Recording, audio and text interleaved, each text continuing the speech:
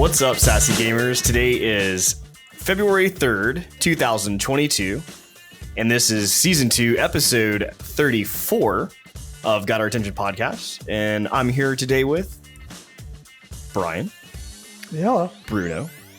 Yo. And Kelly. Hello. Or better known as Phoenix Nova, Demure, and DayDrinker. Welcome to the show, everyone. Hope everyone's feeling well today. What's up, mate? On this fabulous Thursday. I had a lovely nap, and I feel fantastic. How does that feel as an adult to have a nap? Oh, Because amazing. your kids are older than mine, so it's like, or not only one. Yeah, but. so I, on the weekends, every once in a while, I actually tell my daughter, we always have quiet time, right? There's always a quiet time.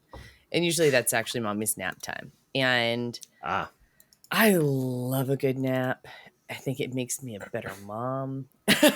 So I will sometimes tell them that they go to sleep in their room and they have to, they don't have to go to sleep, but they do have to be quiet. So they can read a book or go to sleep. Those are their only two options. And on a very, very rare special occasion, I do let them come into my room to take a nap, and we watch Martha Stewart, and I put my eye mask on and I pass out. We watch Martha Stewart. So make sure that it's not entertaining for the children. We want to make sure they love it, but it's Martha. First of all, Martha is my girl, right? Like, I love Martha Stewart, but she's got a great cadence and an amazing voice, and she's happy and cheery, but not too cheery. That's a cat meow. And I just, It's cat butt meow. yeah. So usually PBS, one of the PBS stations will have it on, either Martha Bakes or Martha Cooks or something like that. And we enjoy our little girl time, and sometimes they pass out too. And so it's fun. Nice. Mm-hmm. Well, what a show we have in store for you today. But yeah, usually before we get into that, we can go check out Kelly's Corner. Thanks. Let's pretend we're playing music. So Kelly's Corner, first thing I wanted to start off with that I didn't put on the show notes is that there were several holidays this week. There are several holidays this week. The first one was Lunar New Year. And in honor of Lunar New Year, I'm going to drink some of the whiskey that Mike brought over for Lunar New Year because he lives close to me, and we celebrated Lunar New Year on Tuesday. So I made. This is the envelope I got. Yeah. Oh, so nice, isn't it? It's called a commemorative coin. It is the year of the Tiger. Thank you. I almost said lion. I was like, no. I know. I saw that. I felt you going that way, and I was like, that's not right. Yeah. So you're the tiger, and I made a really good food. Korean Lunar New Year soup, which is rice cake soup. I will not butcher the name and be offensive.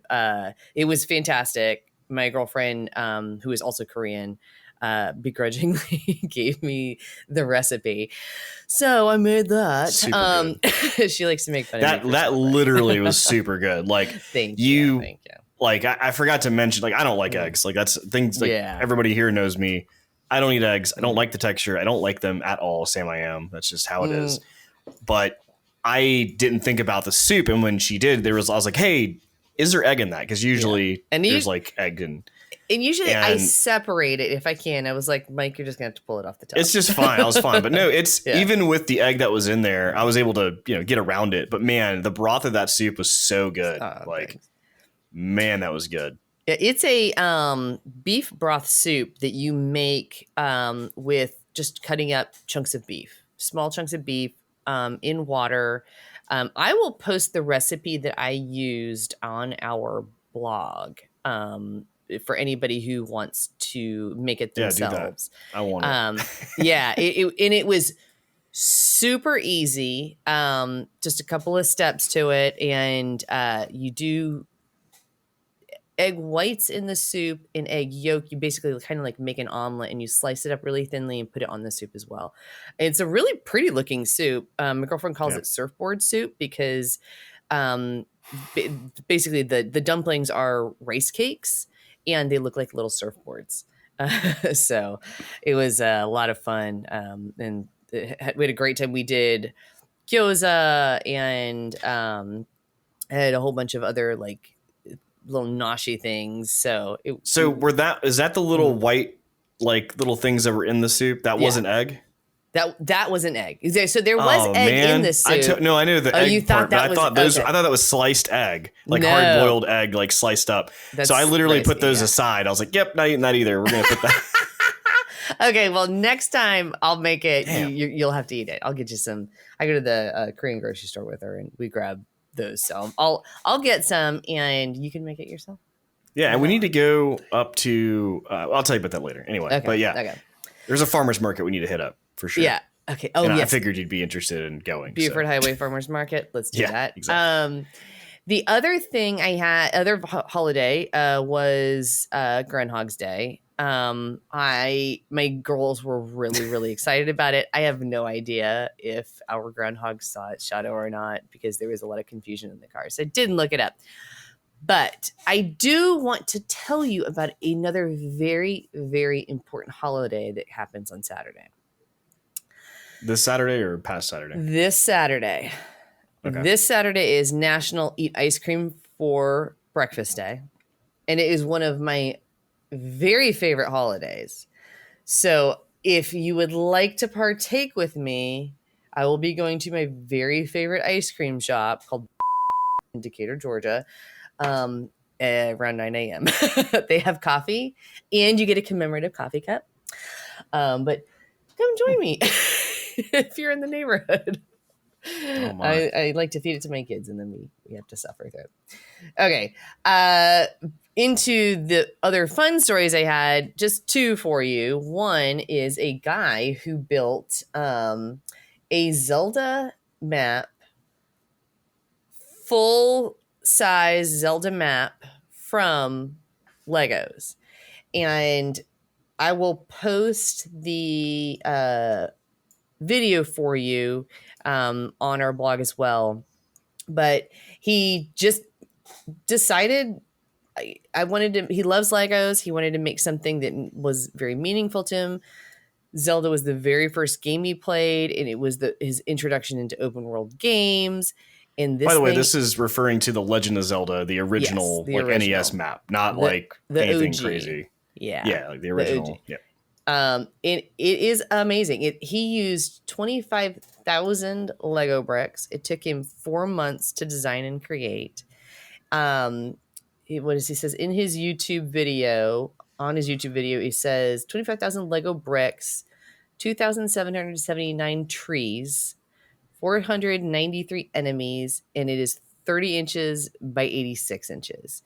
It hangs on his wall. It is so in the YouTube video, he actually does like a playthrough with the sound and like moves his camera to the individual places. Yeah. And plays the sound, the music that you would hear if you were in that section. So super cool. When he starts it off, he says, what is it they say at the very beginning of Zelda? Like, you need to be careful. Take this with you.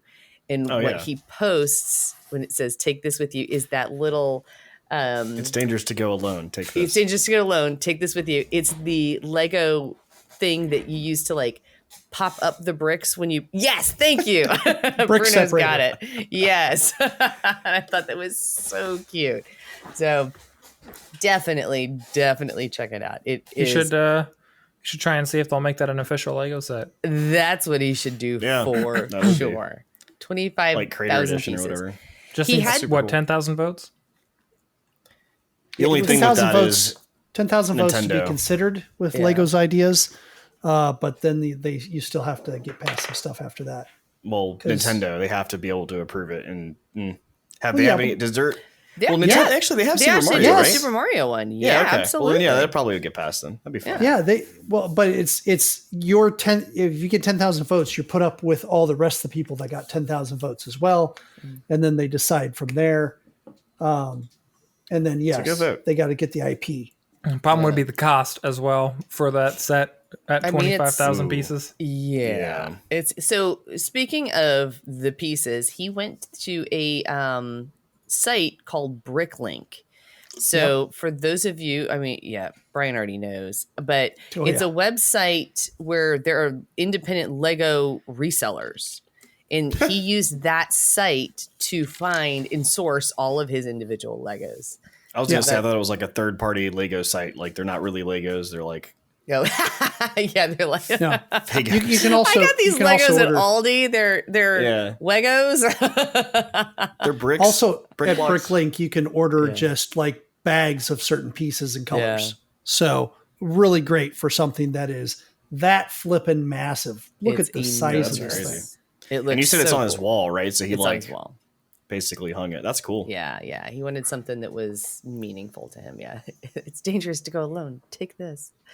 That's awesome. Yeah, it's pretty cool. Jumping back on the Wordle train. I did write a blog about my recent experience with Wordle.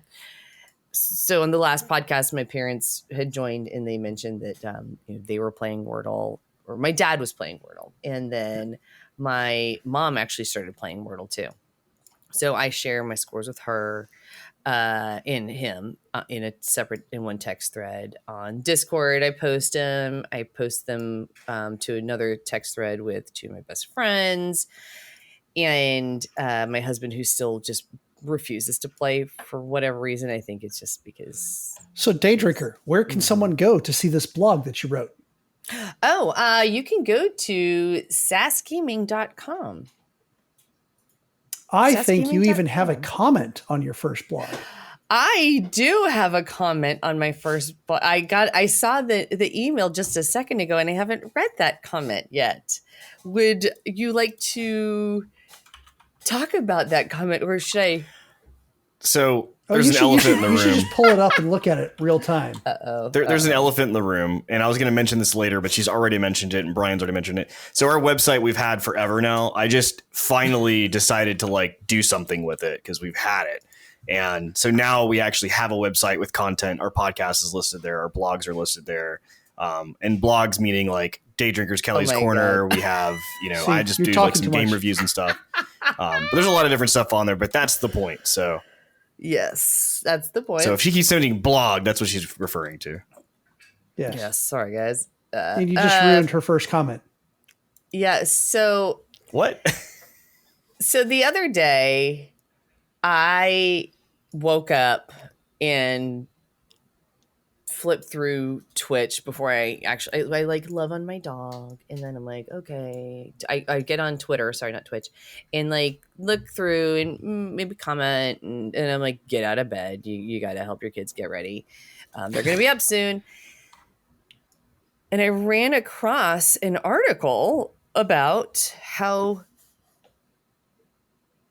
Wordle was sold to the New York Times in an undisclosed amount that is in the low seven figures. And my heart just broke because it's so much fun to be sharing this with my parents, sharing this with my friends, making fun of Mike. And I'm really, really good at it. You don't need Wordle to do that. Right. And she's really, really good at it. Except I'm really good at it. Like we've seen me play video games, right? Like we've played card games together. But I'm actually good at it. And I feel like the New York Times is going to take it away from me because they're going to start charging for it. I'm a little disappointed, right? Word on the street is that they will put it in their gaming app type situation that you have to pay for, which is separate from your New York Times subscription, which I have one too. So that frustrated me. Rip.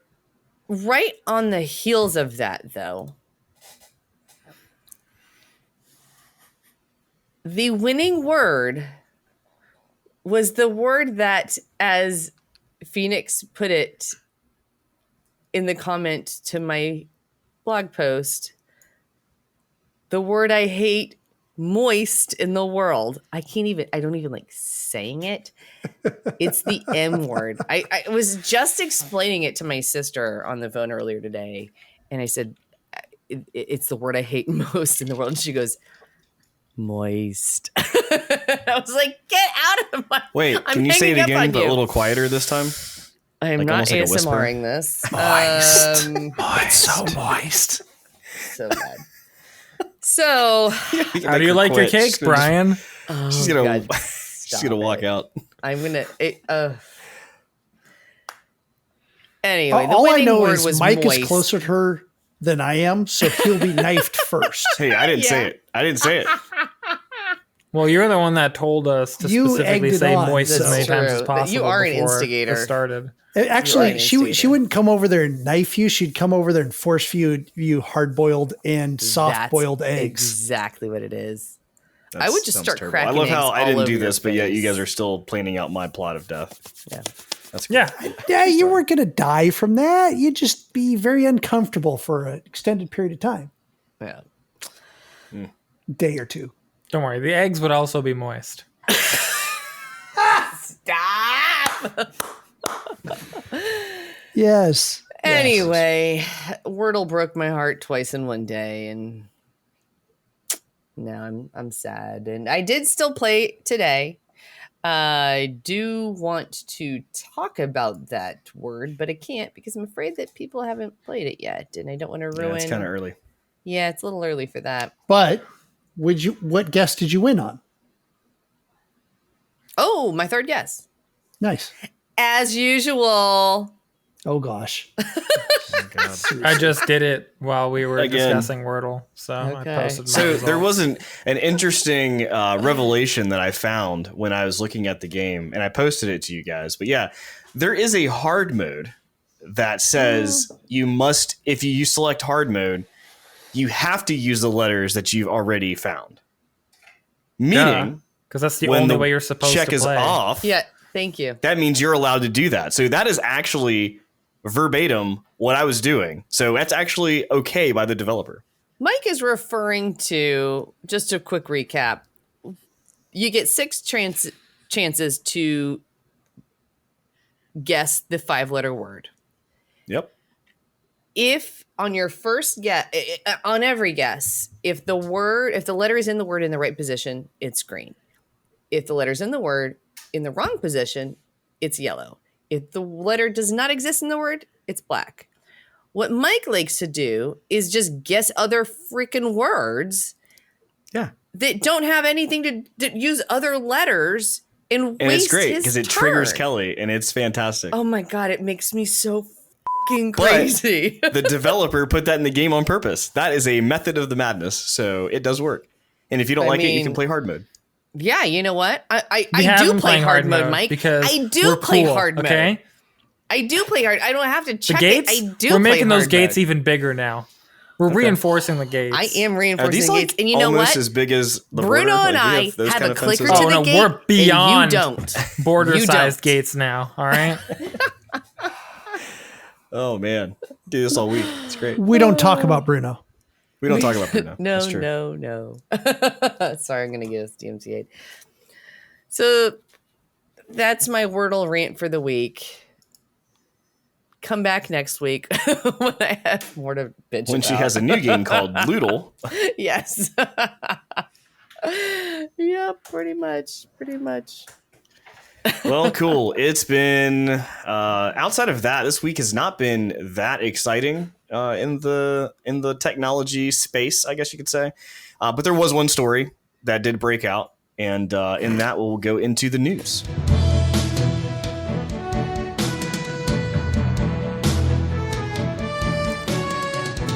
So the story that I'm referring to is Sony has purchased a new company.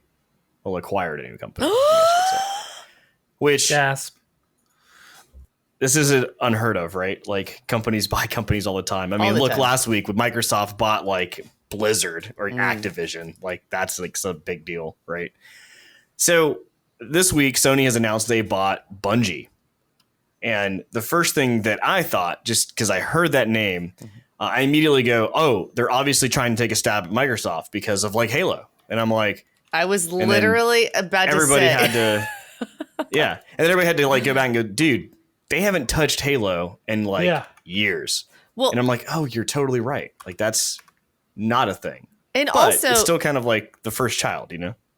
It takes a billion years for these, acquisitions to even take place. So like, they didn't do it. They weren't like, oh, Microsoft bought Blizzard Activision. We'll show them. Come on, Bungie, That's the same thing that simultaneous. That because some people were doing the same thing. They were like, oh my God, that's just a stab at Microsoft. And it's like, yeah, that sounds like a great story. Yeah. But realistically, yes, it does take time for these things to happen. They don't happen overnight. In my head, I still hear Sony going, you take our COD, we take your destiny. Oh my God.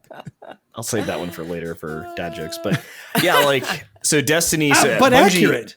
Very accurate. What Bungie is in part of right now, what they've been, their main focus has been Destiny and Destiny 2, which Destiny 2 has a huge following still online, multiplayer. They're still releasing a lot of DLC for that, which I think even the last one that came out is like even more weird because you have to pay for it. And like, their most recent DLC, I don't think has launched yet. It's coming out in like a week or so.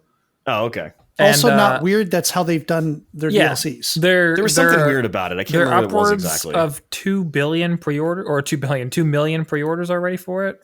Yeah. So Destiny is a very successful game, but apparently for sure. It's like not really even what they're buying it for.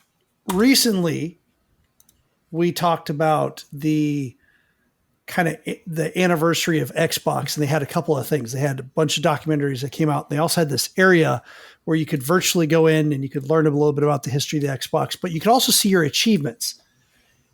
Interestingly enough, my most played game on like the 360, the Xbox One, and the Xbox Series X was Destiny. Oh, wow. My Destiny most, or Destiny 2? Well, Destiny throughout because I think 360 only had Destiny. I think Destiny 2 was on the Xbox One, but I'm not positive on that. But it was the Destiny franchise was always my most played game on all 3 consoles. Yeah. I mean, I've had my share of it too. Like I remember when it first launched on PC, me and some friends bought it and like, we started kind of making a guild kind of thing and trying to make a clan and trying to like push for it and just grind. And it's a lot of fun. It was one of the first games that I kind of experienced a raid because I never really played any games like that had raiding aspects to it. Oh yeah. So going through that sort of puzzle raid together and trying to like work together as a team and really capture that stuff, it was really neat. I thought that was a really cool thing. And I loved that game until like not even a month later, they were like, hey, DLC, in order to progress any further, you have to buy this new out. Like, I'm like, yeah, I'm done. Pass. Like I just paid like $60 for this game, or it was like $40, I think. And then now you want me to buy another $30 expansion. Like I'm good. Like that's just crazy. But, and then eventually it got released for free. I think on Steam is where it's at. Yeah. So it's free on Steam. Then you played a little bit longer, but then there was also the new Lunar blah DLC. And you were like, no, I'm not paying for it. And I like bought it and went and played more. Yeah. It is one of those things. It's just like, there's only certain games that I usually say 0 games that I pay subscriptions for. The most recent one that I've actually done, and I usually buy it for a month and I just cancel it, which is like Fortnite. I buy it because like some new update comes out. I buy it for like that month, get all the cool stuff as I level up, and then I basically ditch it. Like I literally just looked at my watch and was like, your Epic subscription just got canceled. I'm like, perfect timing. So just like an app for that now. Really? Yeah, seriously. There's like an app, and I don't know how it works, but it's on advertisement, so I probably won't. Even if I remember the name, I wouldn't say it. But there's an app that you hook into it, and it goes and it looks at all the subscriptions that you have, and it says which ones do you want to cancel, and you pick the ones you want to cancel, and it goes out and cancels them for you. Oh wow, that's like even the more extreme way of for example, like my wife doesn't like to call anybody. She doesn't want to talk to anybody. So she just gets me to do it. and I'm the one who makes the phone. Like, this is so bad. You can't even cancel your own subscriptions online. You have to get an app to do that for you. That's crazy. Well, I think there's so many of them now. Now that you're saying that, I feel like I've heard about this app now, and it will find stuff that you've subscribed to that you don't even remember you're subscribing to. That you don't remember signing up for. Well, like, so that's that only happens, but like, are you paying for it? Because like, if you're paying for it, you don't. I don't know. Yeah, I don't know. Like, that's what blows my mind. Is like, how do you not know? How do they make money? Stuff? Yeah, ads. Actually, data, probably. How many times do you use it if it's ads? I mean, you're like, well, I just saved $700 by canceling those 14 things that I didn't need that I haven't touched in 2 years, and then you don't come back to it. Like, the $500 I've been spending on this Candy Crush is now in my pocket. No, like, it's interesting is I did read that recently is that Microsoft has announced that they're going to automatically cancel subscribers if they can tell their account's been inactive. And a lot of people are like, wow, that's awesome. Actually, but it's really because of the law in the UK that's requiring that to happen. So Microsoft is like, this is me. Board. We're great. But it's really, and it's cool because I don't know if they're going to carry that over to like, our region too, which would be neat. Because I mean, realistically, if you have, I know that's a lot of residual income, right? You have a lot of people who like Netflix and just have it and they never cancel it. But there's also accounts that are just like inactive. Like, and I think that's what they're targeting is inactive accounts that aren't obviously using it and they're still paying for it. They'll cancel those subscriptions. So haven't logged in 6 months and right. Like it's different like Netflix where you still have it and you may still use it just like on occasion. But that's tough too when you have like, I don't know, what if you had a subscription to like TurboTax or something, right? Oh, you only use it once. Well, not everyone, but most people only use it once a year. That's a good point. Yeah. So obviously, the Bungie news was probably the biggest news of the week.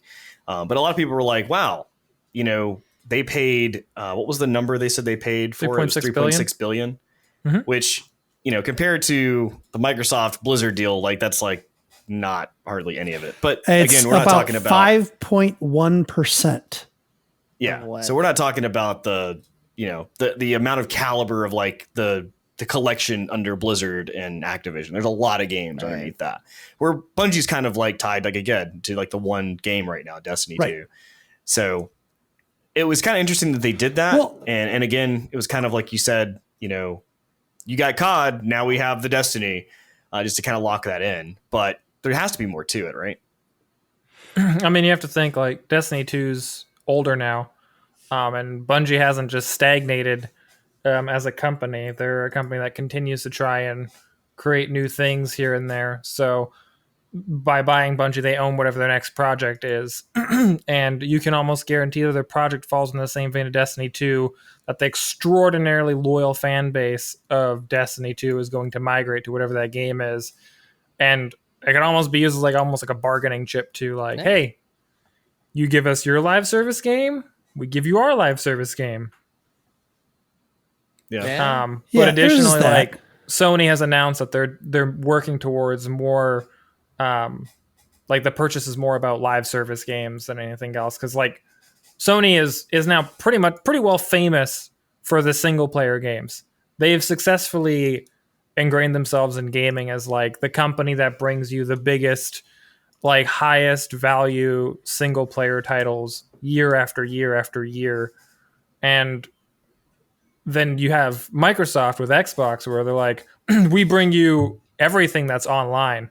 Like all the games you play with all of your friends, we bring you as much of that as possible. We make it as easy as possible for you to access. And I think now both companies are like, we kind of suck in what that company does. So we should try and do more of what they do. And the other one's like, I should try and do more like that other company does. So Microsoft's trying to be like, oh, well, we're going to pick up Bethesda and all these other different IPs. And we're going to try and make single player games again and like do good single player titles. And meanwhile, Sony's like, we're going to try and do more online shit that's specific to us to attract that kind of community. What the great thing about all that is, who's the winners in that? The players, hopefully. Because regardless of whether we have one console or the other, or a PC with because let's be honest, the winning combination that we have said for well over a year is PlayStation, Switch, PC. Mm-hmm. If you can get all three, or at least PC and Switch. Well, PC Game Pass and specifically. Well, yes, the PC Game Pass. I think we'll get to see how big of winners we are pretty soon. I think Starfield's going to be our first big measuring stick for how well Xbox is entering the single player market. Yeah, and I mean, they didn't start that project, obviously. Like that was still under Bethesda when they were still under Sure, but a lot of the production of the game has now been done while underneath Microsoft's umbrella. Right. So that's the thing is, will Microsoft let them release a Fallout 76? Or are they going to be like, oh, no. Nice try. Microsoft wouldn't even let Fallout 76 be Fallout 76 under them. They're like, yo. I'm excited about that part. Y'all got to do some more stuff with this Fallout 76 game. And Bethesda was like, yeah, all right. We'll get on that, I guess. So another loot box? Is that what you're asking? Another crate? The people I know that still play Fallout 76 only have good things to say about it. So yeah, they good for them. Yeah, hardcore. I mean, everybody likes different games, and I get that. Yeah. And it's hard to like, even myself being a huge Fallout fan, for the actual stories, like the actual like New Vegas and stuff. But it's it's a different game. It's a different element. Yeah. And if you like that, then Fallout 76 was cursed from the get-go because they were like, let's just use the same engine we've been using. And everyone was like, that's a terrible idea. Like, nah, it'll be fine. It was not fine. Just kidding. It wasn't. It was really bad. They should have never done that.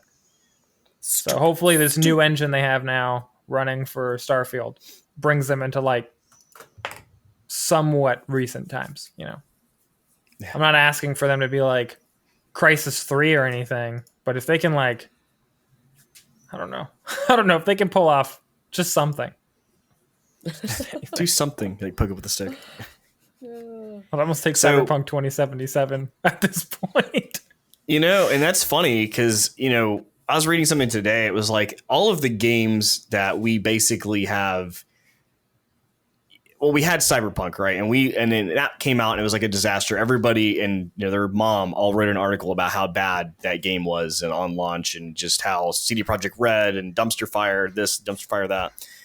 But like even the recent news with Battlefield 2040, what is it, 2042 or something? Mm-hmm. Yep. Like IGN published an article and said like, don't buy this. Like, just don't. Like it's not ready. Yeah. And it's like, wow, like you're having like journalists like that. Like it's not even like the game is in okay shape. Like they're just like, nah, don't even play it. Straight up. Well, I mean, and they've done. I think it was. Like I don't know if that's actually accurate. That may not be the right game I'm thinking of. There's a game that IGN. I think was it Battlefield? Yes, it's Battlefield 2042. Because it's just had another. Because there was another article that said EA has admitted that the game Battlefield 2042 is a failure. That game got trashed. So, but that's the thing is, and like, I mean, some people have said, yeah, the game's bad and blah, blah, blah, but like, it's still not on the level that Cyberpunk got. Even though they're having like very similar issues. Like there's a lot of like game missing. There's a lot of like things that were promised that aren't there. Like but it's very interesting that like we're not really performance. Yeah, poor performance. Like they're like, you can't even run on old jet. There's like, nothing worse than poor performance. It's oh god. Drink. It's I have nothing to drink. It's different because Cyberpunk 2077 was a very reputable studio that people trusted. There was a lot of trust involved in that. And nobody trusts EA. So there's true. Your first thing. Nobody has any faith in EA to actually deliver on what they promise. The second thing is EA doesn't really promise anything. Like EA shows a video and they put like a little disclaimer at the bottom that says not actual game footage. And then like they just throw that out there, and the people who are big fans just run with it because it looks amazing. And then they might make like a small demo that's super condensed, really well optimized. And they're like, oh yeah, this is just a demo. This is not a representation of the actual game. But then CD Projekt Red, being a studio with... Go ahead. Well, that's true. Battlefield has had a reputation for big battles with a lot of people, right? Mm-hmm. And zany, crazy things. Like people literally jumping out of their fighter jet, turning around, shooting a rocket launcher at the fighter jet behind them, hitting that fighter jet, and then falling down and getting back into their fighter jet and flying off. Sure.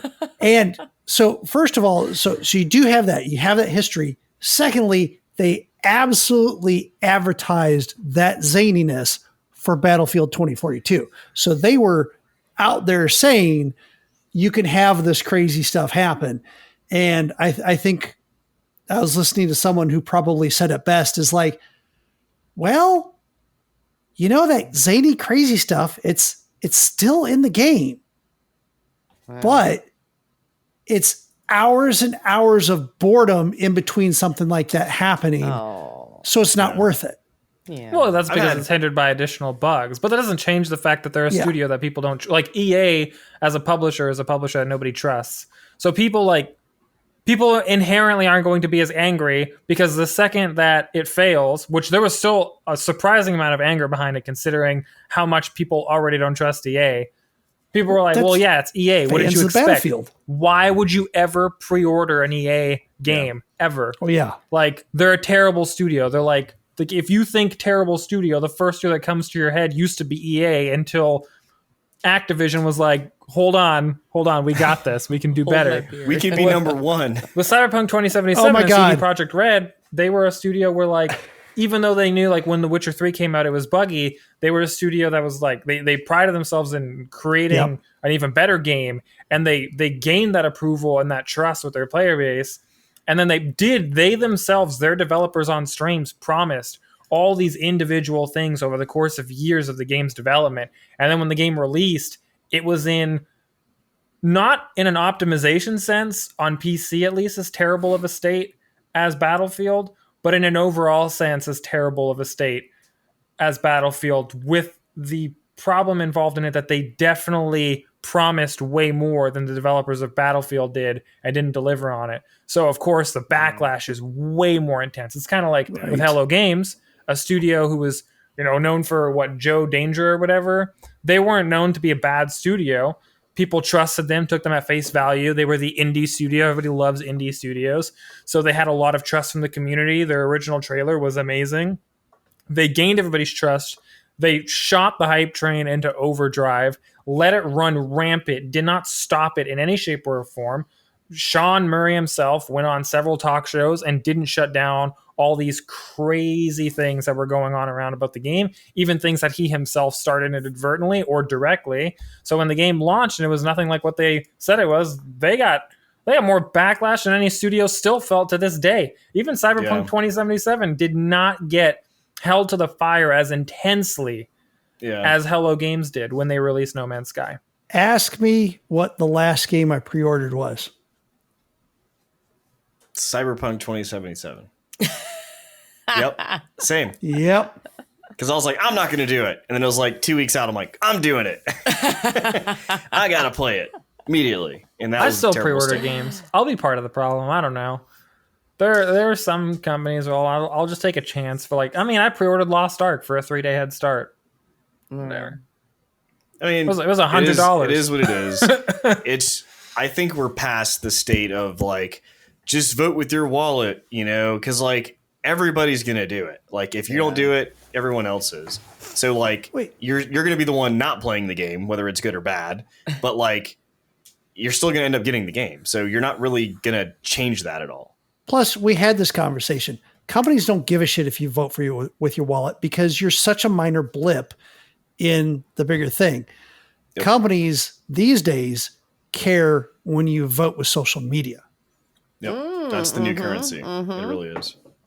100. So kind of getting back to the Sony Bungie deal, because there was another article that got published, I think it was today or yesterday, actually today, that Kotaku did, and it says basically out of the 3.8 we said 3.6 billion, 1.2 billion of that is just to keep the Destiny 2 devs from leaving the company. Yeah. So they're actually going to be investing that money back into the company, into payrolls and such, to try to keep those shareholders, is how Brian said earlier, just shareholders and / the developers that are there, just so they stick around, because during mergers and stuff, like, people tend to get kind of scared, and some things usually don't go the way that they expect, and sometimes they want to leave, and it's like, how can we keep those people there, especially when we're acquiring the studio to be the studio? Like, we need you. So I really like the wording in that was kind of I don't know, it was like grating, like, to stop them from leaving. It almost makes it sound like there was an anticipation that a bunch of people were going to quit. It almost seems like Sony just like, we want to like maintain the talent and build on it as fast as possible. Cause like Sony's not exactly well known for destroying game studios. They're definitely a company that's like, yo, what if we just like give you a shit ton of money, and then if you succeed, we'll just buy you, because why wouldn't we? So on the other hand, when it comes to animation studios, they're a little bit, it might not be because of the Sony side of things. It might be because Bungie just went independent. It was January 2019 or so where they had left Activision. And that's true. It could be that some people, I mean, some people would take pride, like, hey, we're an independent studio again. Yay. We were independent, then we got bought by Microsoft, and then we went to Activision, and now we're totally independent again. Yay, us. And then, a year and a half later, you're getting purchased again, and you're like, man, I just don't trust these guys in charge, and want to leave. It could be that they're concerned about something like that. Total guess, obviously. Yeah. I don't have any inside information. That's pretty. It almost seems more preemptive than anything else. Or more like, it could even also be investment. like, sorry, go ahead. No, it just almost, to me, it would seem more like a large investment to continue to grow the company. And I mean, Bungie did go through some tough times, so it wouldn't surprise me if a decent amount of people there aren't necessarily paid what maybe some of the other people working at Sony Studios make. Yeah. I mean, it could also be like, they were owned by Microsoft. They made Halo, got out of that, went to Activision, made Destiny. Now they're free again. Maybe they're looking for a larger studio to be able to step in so that they can make their next project, like to give them the funding to be able to support the next big vision that they have, which would be, whatever. And I mean, Sony has already said that they have no intention of steering the direction of development for Bungie. They're like, we just want the studio as a whole. We bought you because we like you. It's kind of similar to it's a Tencent model, because I think a lot of these big companies are starting to see that it works. Tencent was honestly the first major corporation on a large scale to step into these game companies and be like, what if we bought you, but we did nothing? We didn't change a thing, right? You're already successful. We see you're successful. We want to buy you because you're successful, and because we know you don't have enough money to do what you want to do. But we have all the money in the world, and we have no problem giving that to you, because you're going to give it all back to us anyways. And then those studios are like, okay. It makes me think of another company that was purchased and that they probably should have done that with. It didn't. There's a story in there somewhere for sure. There's a lot of Sorry. companies A cautionary tale. I digress. There's a lot of things that happen like that, but I mean, it'll be interesting to see where this Cross our goes. Again, we won't, just like the Microsoft deal, we won't see anything for a long time, at least another year most likely, when this thing all settles out and actually gets approved. If so, I think this one will be quicker. I think they said that they started the deal 5 months ago. They did, they said that. Yeah, which is, only like a month or so before Microsoft, because they said they started in October. Yeah. But again, we're talking about one studio, not like many studios with a bunch of like subsidiaries. So it's like, it's a lot a lot smaller. Yeah. Paying 20 times as much. Yeah. Yeah, exactly. But kind of going back to Microsoft this weekend, this past weekend during the NFC Championship, if you guys happen to watch that, I did. Anyway, they actually premiered the trailer for a new live action Halo that will be coming out here soon. From, I think it was on Amazon. Is it Amazon that's doing it, or Paramount? Paramount. Yeah. So, but it's a live action Halo, and it was funny because it came on and I was like, wait a minute, what? I'm like, how have I not heard about this? And I guess it just slipped my mind that we, had heard rumors about this or whatever. But it looks pretty cool. I mean, I think it looks cool too. I will say the one thing that kind of shook me about the trailer is that Master Chief doesn't sound like Master Chief. Master Chief sounds like the Mandalorian. I was like, is this the same actor? So that's the thing is like, I'm all for having video game stuff, like any kind of movie or anything that's related to video games. That's great, even though most of them tend to just suck. But hey, it's still cool. It's still getting that out there, right?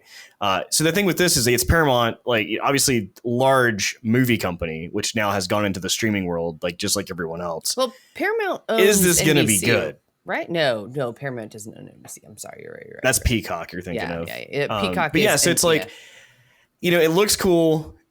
Is the acting going to be on par? Are the actors going to be on par? I don't know. On par with what though? On par with like a good show, like a good actual, is it going to be a good series? But think what's, coming out. Like you have Red Notice that just came out, which a lot of people panned. I mean, I enjoyed it. I had fun. It was a silly action Netflix movie, right? I mean, I think it's going to fall in just with a lot of those. It's like, is this going to be Oscar material? No. Is a ton of people going to watch it because it's fun? Right. Probably. Yeah. I mean, that's how I feel about The Mandalorian. I mean, I'm not like a super Mandalorian fan, but it's good. It's definitely good. I mean, and if you are into the IP of Star Wars, like this is just another great thing to add to the collection. Like it's something you can do. So I think it's, The Mandalorian's cool because they have that like super like tech that like it goes beyond green screen. Yeah. Well, it kind of looks like Halo may have similar technology, and it looked pretty cool.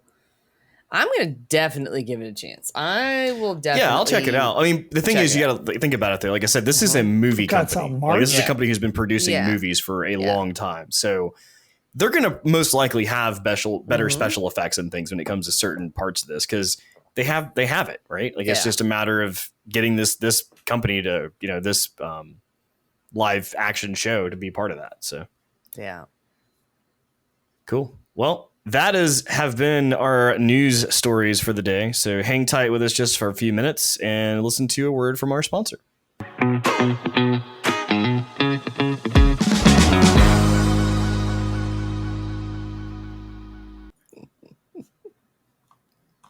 And we're back. I heard the music. I heard the music too. Always feel it. It's good. I'm actually not going to start the next segment. I'm going to actually let Bruno start the next segment of what we've been playing. Let's do this. What up? We did not have a game of the moment this week, so we're just going to jump into the first game that I've been playing the most. The most. I've been playing Pokemon Arceus, or however you pronounce that crazy Pokemon's name. But anyways, it's a new Pokemon game on Nintendo Switch. It's $60 or whatever. Oh man, leading up to it, we already said like last week that the graphics look like hot garbage. Can hot confirm. Garbage. They're pretty bad. Definitely not 1 out of 5 stars on graphics. I'd give them like a 1.5, 2 stars on graphics. 2 stars. Okay. Like a 2.5 to 2.5 on story. Like a 4 on Pokemon catching and battle mechanics. the new mechanics they've introduced really do save the game, in my opinion, because it's just really well done. I just like the way the battle system works now, the open world system. Though the world does feel a little empty in terms of like terrain and stuff, and a little samey at certain points. The maps are definitely varied enough to where like you feel like you're in different environments, for the most part across the board. The shiny system seems to work well. There's like a I don't even know what was the name of it. It's not an infestation system, but it kind of is. Like there's times where there'll be like hordes of like the same Pokemon. You'll get an alert that on a certain map, a horde of those Pokemon have descended into an area. There's like weird time rifts that bring Pokemon in that like will attack you in groups. So like you can end up in like a 1v4 Pokemon fight. Oh my. So there's a lot of interesting mechanics added to the game. And I think overall it makes the game worth playing if you're a Pokemon fan. Surprisingly, I would say that my overall rating for it out of like 5 is like a 3.4, which isn't bad because I'm generally really harsh on how I rate games. God of War is like my favorite game of all time, and that game still didn't warrant like a 5 out of 5. It's like a 4.8, 4.9 out of 5. Are you one of those people that can't like never give a perfect score? No, because I don't think I've ever seen such a thing as a perfect game. Have you ever been in a lift with him? He's a 5-star friend. So I will give every Uber and Lyft driver 5 stars, okay? Yeah. Because it's part of their livelihood. Unless they suck. If like unless an Uber driver they suck and deserve it. Yes. Yeah, if they say some really ignorant shit, I mean, you know, even the guy who got me in a car accident, like I didn't completely destroy him. And then there was that one dude who drove me on the wrong side of the highway. I gave him 5 stars. I just also commented he drove me on the wrong side of the highway. So that was cool. Like he was a good dude. He just made a mistake. What am I going to do? Hold it against him? He didn't kill me. Hey, almost did, but he didn't. He didn't. Swing and a miss. So close. But yeah, anyways, Pokemon. Constructive criticism there from Demir. Yeah. You know, it's an interesting game. I'm not even close to done with it yet. I don't think. I'm at like 6 of 10 stars. There's no gyms anymore. It's like a star system. And I'm just in the 3rd map. I think there's like 5 maps in total. I really hope that maybe they do something with DLC on this game. I would probably buy DLC if it looked substantial enough, and that they carry on this model into the future, but then do more with it. Yeah. So yeah, that's pretty much my my little summary on ye old Pokemon. After 25 years, they were finally like, okay, well, if you guys insist, I guess we'll do something slightly different. Sort of. So there's another game that I say all 3. I mean, DayDrinker might as well have also played it because she's been watching. I've been watching plenty of it. Yeah. So the next game, which is actually an interesting story, the way that this one came about, and I think actually DayDrinker is the one who posted it So Phoenix decided to play this game over the weekend, and the game is called Vampire Survivors. Excuse me. Yeah, this is a really interesting game because it's got this 16-bit aesthetic to it, and I like twin stick shooters. I love Geometry Wars. I loved Smash TV. I love being able to run one direction with one joystick and, face the other direction or fire another direction with the other joystick. I loved playing games like those. And this thing was very fascinating, except that it's not a twin stick shooter. It is a single stick shooter. It automatically shoots for you, and you just go the direction you want to go. So everything that's happening on the screen, and you pick different weapons, you level those weapons up, you pick up special items that do different things, all of that stuff. The only thing you're doing is moving around. I literally at one point easy peasy lemon squeezy. I literally was playing like this at one point with the controller against my chin and just using my thumb to move around. This is a DayDrinker. This is a fantastic game for you because you can play with one hand and drink with the other. Drink with the other. Guess who's downloading Vampire Survivors? I've played this thing for over super easy game to play. And what I was going to say is it's interesting because, well, easy to play, hard to master, right? The thing that's interesting about this is that the creator, his name is Luca Galante, or hopefully that's how you pronounce his last name. But he basically he had this on itch.io for a while. And his quote says, all I wanted for this game was to be in a little platform shared with a few players that would allow me to have fun making new content over the weekend. And he said, then I was once, again, not expecting much. I put the game on Steam because there wasn't a player discourse on itch. I was hoping to maybe recoup the roughly $1,500 US I had spent on far as the assets and the art and music over the years. And this game over the last month has had over, I think it was 300,000 players or something like that concurrently. Players than Back 4 Blood. Yep. Yeah.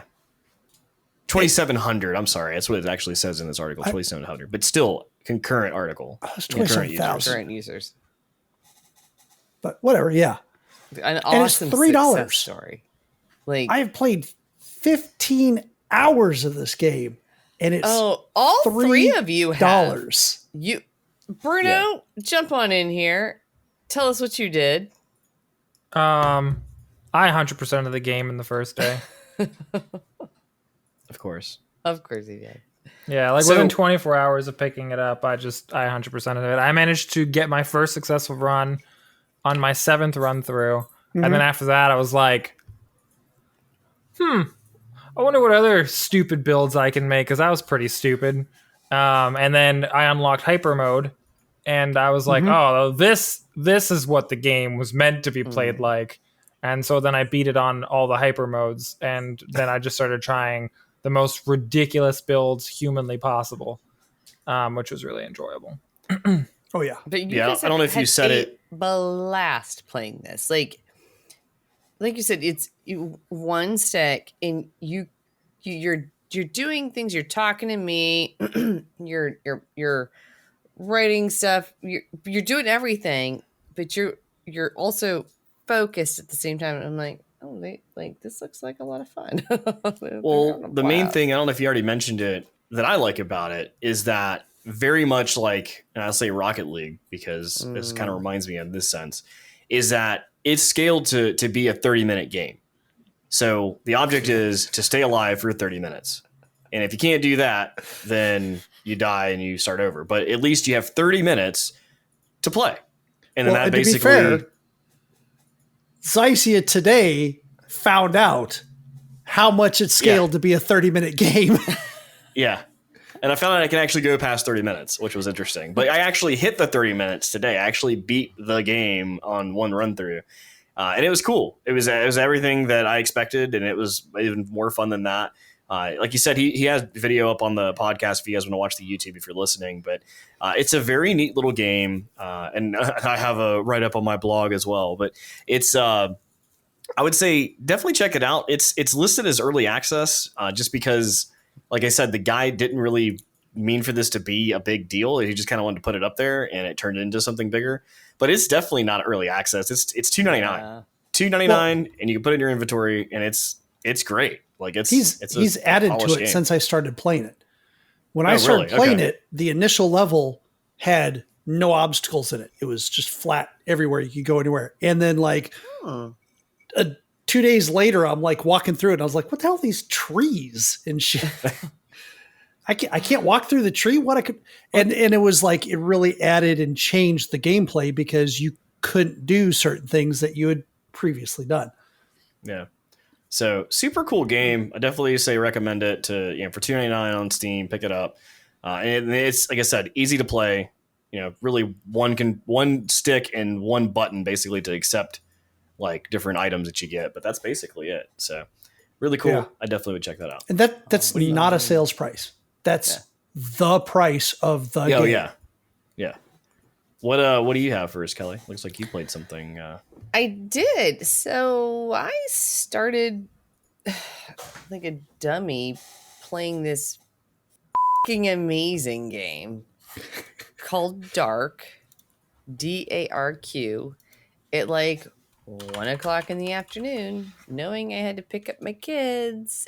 And I guess it was later than that. Or I would have written a blog post. And your kids are still there. Yeah, right. I got through the first chapter of this game and I said to myself, I want to write a blog post about this right now. But I also want to play more of the game. And I think we know which side won. It is, if you like Little Nightmares, Limbo, Inside, games like that are a little bit really creepy and puzzly. Little Nightmares is an exception because you can move in multiple planes, but in Limbo and Inside, which came from the same developers, same studio, you've got one plane you can move in, right? So it's back and forth. You can't move forward, you can't move backward. You just kind of go. It's dark and moody. It's very monochromatic. You are a little boy named Lloyd who has a lucid nightmare and keeps kind of coming back and trying to just make sense of like what's in his head. But also a cool part about it is you can walk up walls. You never fall off like a ledge. You continue to walk down the ledge. So your perspective of the game, which is typically, I walk this way and I walk that way and I walk, I'm walking on a level plane and turning corners. It's flipped, which messed with my head a little bit, and I loved it. So you have to solve these other puzzles to get to the next chapter. I messed up at the very beginning. It's part of the gameplay. I'm like, oh, well, I found this gear, so I put it here. And then there's 2 other places I can put a gear. Should I put them here? Didn't work. Started walking someplace else, and I was like, oh, I needed that gear for this. So let me go back and get my gear. And creepy things happen. Like I was saying, it's monochromatic. It's very dark. It's very spooky. You see some weird things that happen. So I walked back into another room, and this little boy, I'm on the floor, he's on the ceiling, because apparently he can walk on ceilings too, is wearing a bag over his head and like runs away. And I was like, oh shit. Then I get to chapter 2, and there are these women wearing bathing suits, basically like one-piece bathing suits, who kind of look like mannequins and have lampshades on their heads. But they also have guns in their hands. And they can turn on their lampshade light. And if you walk into the path of this lampshade light, they'll shoot you. You start. And there are a couple of other. I'm on chapter 3. It just keeps getting better and better and better. I messaged Brian's wife and I was like, if you like these kind of puzzle games, you need to get this right now. It's $6.99 on Steam for the Lunar New Year sale. which I think ends today. So if you are watching this, buy it right now because it's $20 regularly on Steam. Get DARQ now. So thank you for coming to my TED Talk. So I also played, and of course we talk about the Mike has played segment, which I'll get into in a minute. But no, I did play Pony Island, which is the game that I did play over the weekend. I did stream that on Friday night. So if you're interested, you can go back to our YouTube channel and actually check out the full stream. I was able to complete it within the 2-3 hours I think we played it. And I mean, just like kind of like DayDrinker said before, a very wild game in the same vein of Inscription. It's made by the same developer, Daniel Mullins Games. And this one actually, to me, I liked better than Inscription. And in the reasoning why is because with Inscription, it was a card-based game, right? And I know that's what Phoenix really didn't care for. And I'm not great at those games either, but I was at least entertained enough to keep playing through that one and beat it, which was great. The whole experience was great. Now, Pony Island wasn't a card game. Like, the base of it wasn't a card game, but it was more of like almost kind of like programming in a sense of like reading loops and having to try to figure out the loop, more of a puzzle. But it kind of got a little more intense as the game went on. But the puzzling and the experience of that game really got me. It was so good that, and you can watch the stream, there was a part where the game messed with me so bad that I thought a friend of mine on my friends list was messaging me. This is my favorite. So I replied to them and said some things that probably would never be said on air. And then when I went later to say, hey, thanks for watching, cool, I was blocked. And I said, what? Why am I blocked? And then like, oh, that wasn't my friend. Great. That was the game. So forewarning, just know that like when you're playing any kind of game by Daniel Mullins Games, just know that it breaks the fourth wall and you should tread lightly, I guess you could say. But ultimately, amazing game. I actually reached out to the developer to tell him like a couple things. We haven't had that conversation yet, but we'll see in the future. But yeah, it was a great game. I really enjoyed it. I picked up the next game that he had that was in between Pony Island and Inscriptions called The Hex. Now, this one is really weird. Like, super different. Like, not necessarily different, but definitely weird. More weird than the others. So I haven't finished this one yet. I've actually taken a break because of how weird it got. I was like, I want to take a break on that. I'm gonna chew on that one for a minute. But it's interesting. All these games, like I said, they break the fourth wall. It's very entertaining, and definitely would say check that out. So what can you tell me? Like, tell us a little bit about the Hex, like, or you want to save that for the next podcast? It's just different. Like, I don't know how to even explain it, really, to be honest. It's you're like a bar owner, and there's a sound that you find out that someone in the bar is going to commit murder. So one of your bar guests. So you then take possession of one of the bar guests and start trying to figure out, who's going to do it. And things start changing, and it's just crazy. It's a crazy game. Neat. So very entertaining so far. In the next part, like I said, I do play a lot of games, and I don't want to get this into a whole long thing, but I've been playing. My main thing lately has been a lot of playtests. So anytime I see on Steam or in itch.io that I see that there's like playtests available or demos available, that games that are almost ready to potentially get early access or something similar to that, I start trying to get the access to the playtest and stuff to help the developer out, submit feedback, and really kind of help them figure out some of the things that they may not have seen, because you can always get a second help, like on some things, like second eyes always help you out when you're trying to figure things out. And on top of that, like, I just like playing a bunch of games. So I started playing out a lot of playtests this week. So I played a couple games. I played Police Shootout, which was released in playtest. I think it was today. There's Soul Delivery, which I'm not sure when that became available for beta or for the demo, but I downloaded that and played that. And So let me back up real quick. Please Shootout. I'm not going to talk about the game, the demo playthrough.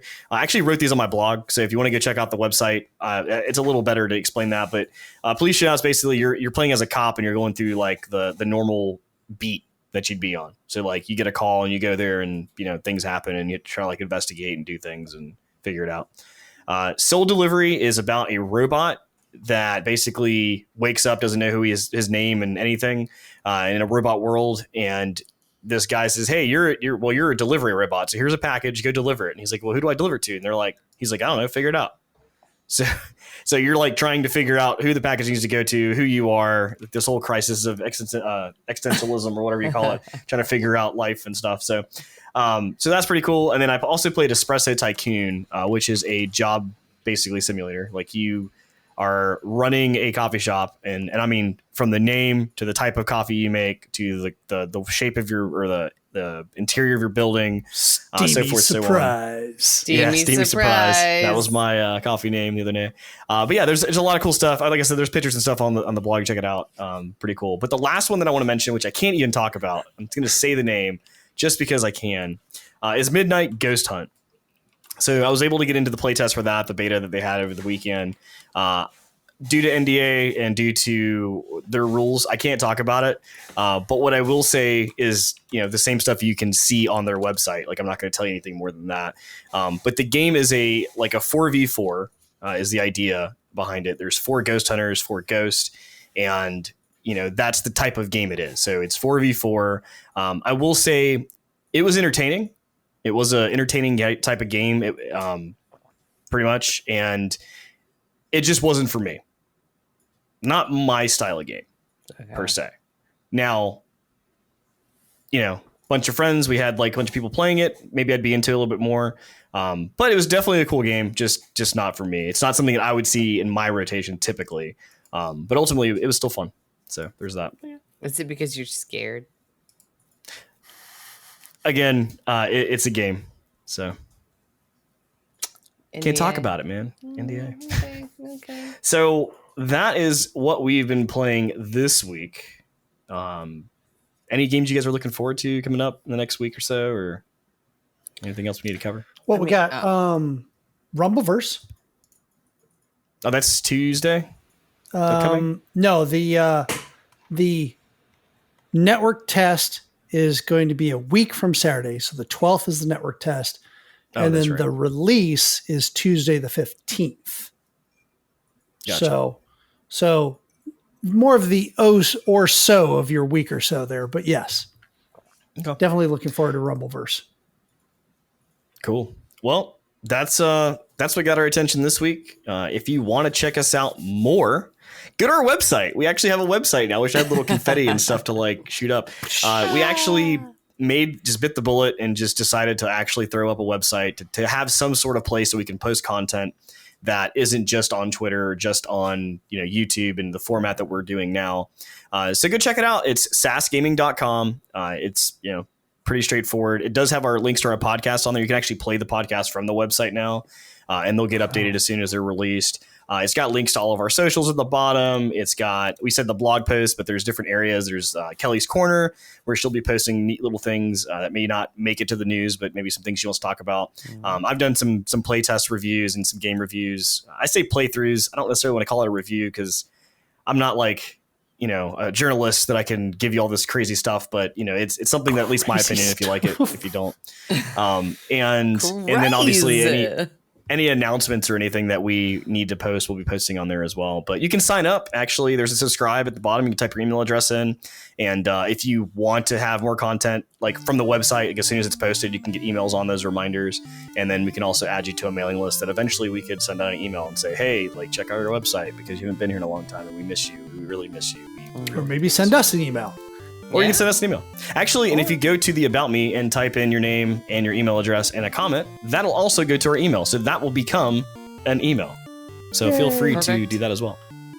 So that pretty much sums it up for this week. Until next time. Just real quick, I did mention but wait, there's more. in the intermission, Brandon and I were talking briefly, but if you are a Patreon and you if you're a patron, you will get the podcast.